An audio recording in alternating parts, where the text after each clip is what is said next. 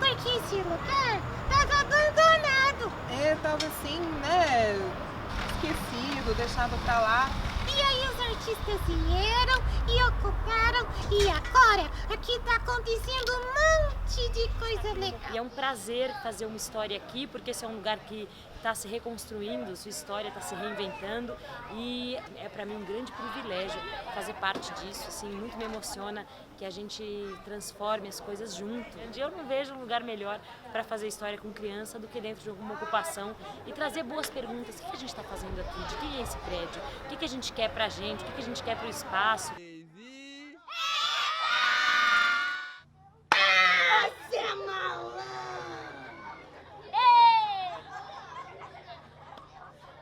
Pode, arrumando as tuas coisas!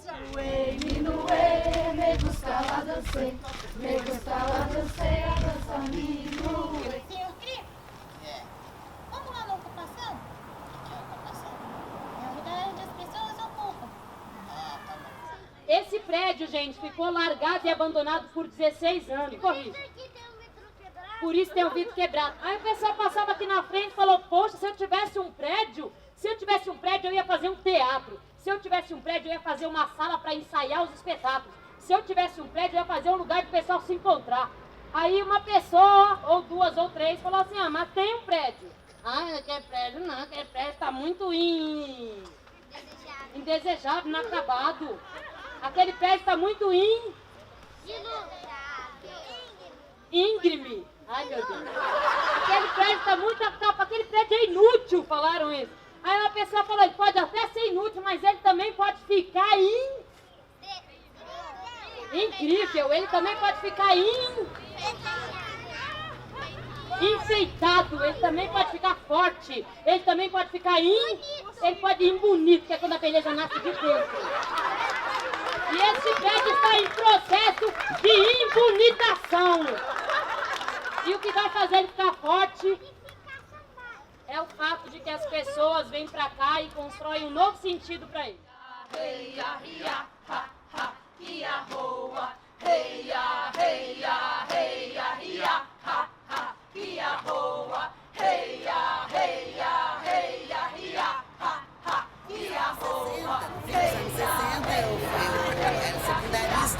Já conhecia a ULIS, mas muito mais porque promovia os bailes de formatura, era mais um espaço dançante, que eu não frequentava. No fim dos anos 60, início de 70, eu estudava no Instituto de Educação, no IEL, conheci o pessoal que estava fazendo teatro na rua, foram lá no Vicente Rijo e por coincidência era um ex-colega do IEL. Ele falou, vai lá na ULIS que a gente vai ter um ciclo de palestras no próximo fim de semana. Eu vim. Cheguei no fim de semana aqui, era uma palestra sobre a guerra do café solúvel, sobre a questão da indústria nacional. Eu já saí daqui completamente nacionalista. Eu era totalmente... E aquele padrão Doris Day me encantava muito. Já saí no primeiro dia meio desencantada. Logo na sequência, na outra semana, teve uma outra palestra sobre a guerra do Vietnã, que também eu saí quase Vietcong, porque era muito interessante. Eram pessoas como o Hélio Duque, o professor Duque, como o jornalista Edilson Leal, essas palestras aqui. Então era um grupo de jovens secundaristas, mas fazendo um movimento cultural aqui, de palestras, de poesia e de teatro. Então aqui funcionaram alguns grupos de teatro, como o Cubículo, que tinha o Roldão Arruda, que hoje é jornalista. Quem dirigia era o Domingos Pellegrini Júnior. Teve outro grupo Senzala, que tinha o Nilson Monteiro, que é jornalista, que teve o Marcelo Oikawa, que hoje é jornalista, teve a Cleuzinha, teve o Geraldo, que era presidente daqui, que abria esse espaço. O Geraldo depois foi ser delegado da Polícia Federal, né? É outro rumo na vida. Ele nunca foi do movimento cultural, mas foi um cara que era presidente e apoiou na época. E nesse período, início dos anos 70, Elza Correia participava, o irmão dela, o Edmilson, que desenha muito legal.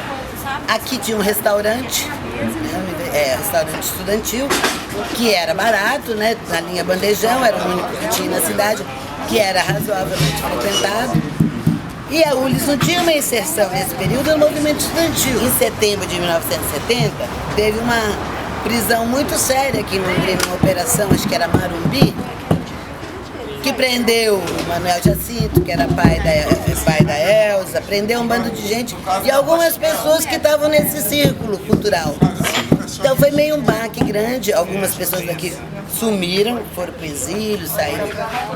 Paulo Nassar, que hoje também é publicitário super legal em São Paulo.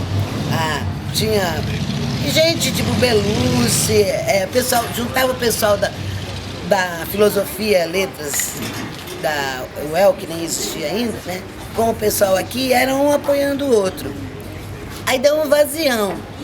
Tinha tido uma eleição, eu estava na chapa, daí muita gente foi saindo. Quando eu vi, eu era vice-presidente, acho que eu tinha 15 anos. Meu pai teve que autorizar no banco para eu poder assinar cheque, coisa assim, né? Sim. E o presidente, naquela época, era um cara assim, que também não tinha nada a ver com política, mas ele era fazer poesia, gostava de música. Então aqui a gente tinha o destoque, os discos, a gente tinha qualquer coisa que saía, tinha no acervo da UNES, né?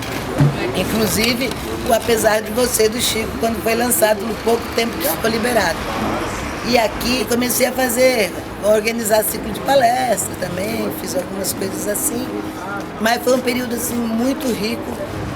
Eu faço parte daquela geração de Londrina que não era riquinha, que não ia em bailinho de clube, que não fazia curso de inglês pago, que não tinha grana para essas coisas. Aqui para mim foi um espaço cultural da minha formação. Então eu acho assim, que é legal que vocês estejam aqui ocupando esse espaço, porque eu acho que ele é um espaço histórico da cidade, como eu acho que a Rua Duque de Caxias é, né? Ela é uma rua que não tem os espigões que já estão surgindo ao lado, que tem uma arquitetura, que o próprio pessoal da UEL sabe disso, que é uma trajetória, tem as construções da minha infância, que eu sou londrinense, pé vermelho, morava por aqui, né? E esse espaço é para isso. E ele sempre foi muito rico culturalmente. Sim. Teve um período de vazio, mas que deveria voltar a ter esse destino de ser administrado para a gente ter mais acesso da cultura numa área mais central, sabe? Como o prédio da Marinho Góes virou o tempo da Fucarte, né? Eu acho que isso que vocês estão fazendo aqui, de valorizar esse espaço, também não é uma coisa só de Londrina, que todo mundo vem fazendo em outros lugares, né?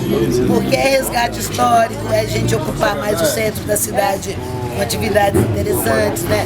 Usar os prédios semipúblicos, né? Porque aqui é público e não é público. Sempre foi a apropriação do movimento estudantil. É um aprendizado também a gente saber cuidar, né? Toma conta da cidade.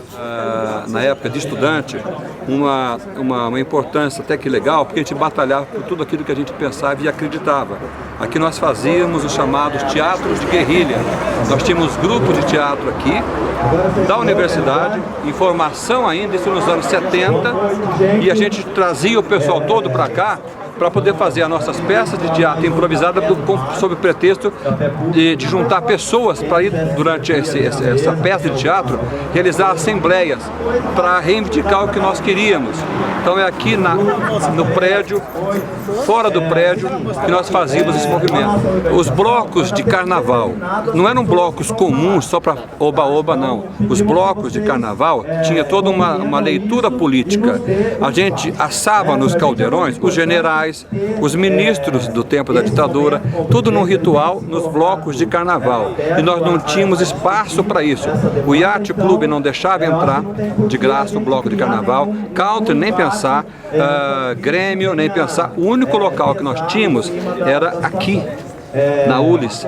Então nós podíamos entrar, os blocos de carnaval, o pessoal da periferia podia entrar, fazer a manifestação, deixar a mensagem política sempre, de contestação, ou seja lá o que for, mas era uma mensagem política e divertida ao mesmo tempo. O bloco era todo mundo de idade da pedra, chamava de Arrepiado o nome do bloco.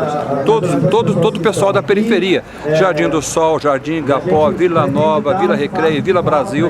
Aí nós juntávamos no Jardim Igapó, ensaiávamos passadas ali todo o roteiro e texto, e a gente entrava aqui, era o único espaço que nós tínhamos manifestação popular, todo o pessoal pobre que não tinha grana para ir no baile do rico, então era aqui que a gente vinha. Eu lembro 1992, mais ou menos, que comecei a sair em Londrina, eu sou de Cambé, né? E aí comecei a ir nos bares, assim, tinha vários shows, né? Mas em especial eu lembro em 93, que eu vim aqui, teve o HC Festival, 3 dias de show. Nossa, foi muito legal, muitas bandas de São Paulo, Rio, de Curitiba, nem sei, interior de São Eu conheci muitas pessoas, né? Então tinha os amigos e era uma galera bem união mesmo, né? Eu tinha uns amigos da galera punk, tinha o pessoal skatista, tinha roqueiro, tinha de tudo, assim, né? Então a gente vinha altos shows aqui, mas esse HC Festival, 1993, eu acho que foi feriado de proclamação da República, eu acho, novembro, né? E, nossa, foi muito, muito legal.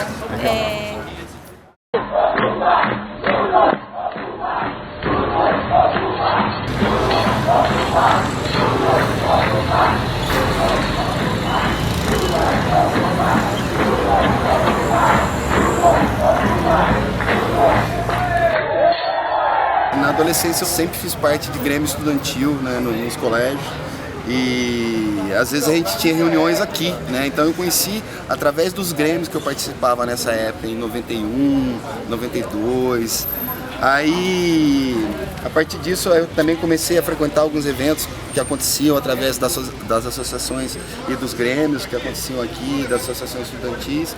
E também não, né? Às vezes as bandas da cidade organizavam os eventos aqui. Em 96, um dos festivais nacionais, a gente teve uma ideia de realizar um festival de bandas independentes em Londrina e realizamos esse festival aqui. Inclusive eu vi alguns vídeos desse festival. E você lembra quem tocou? Como é que foi? Lembro. O festival chamava Londrina Underground Scream. Foi o primeiro grito da cena independente da cidade. Tocou Convulsão, tocou Animal de Teta, tocou... Não sei se foi o Búfalos d'Água, cara, ou o Cyclone Peel, acho que foi o Cyclone Peel, que são remanescentes, né? E o Búfalos d'Água tinha alguns remanescentes do Cyclone Peel. Tocou o Cherry Bomb, tocou o Gaff e tocou o Gólgota. Essas 6 bandas tocaram aqui, cara.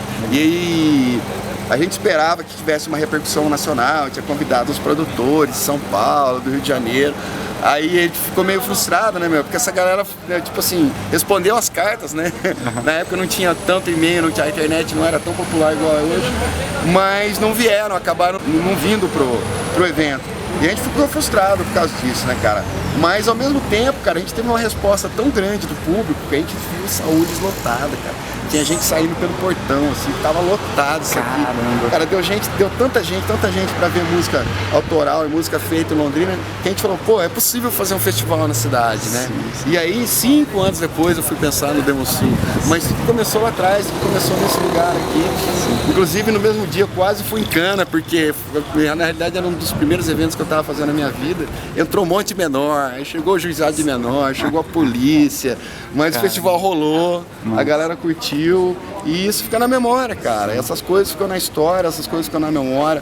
Várias bandas daquela época ainda estão na atualidade, né, fazendo música hoje. Vários artistas daquela época, a gente tinha um fanzine que contava a história do festival, contava a história das bandas. O cara que fez a capa do fanzine é um ilustrador hoje, é professor de artes. O cara que escreveu o fanzine hoje é professor de literatura. Então as coisas evoluíram. Isso aí...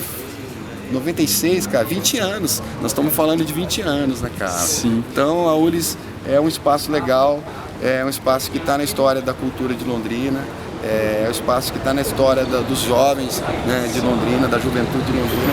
E eu acho que é um espaço super adequado para ser ocupado e ser realizado movimentos sociais, culturais, ambientais, tudo que o poder público nos deixa na mão, né? Sim, então sim. que se eles não façam, que façam nós mesmos.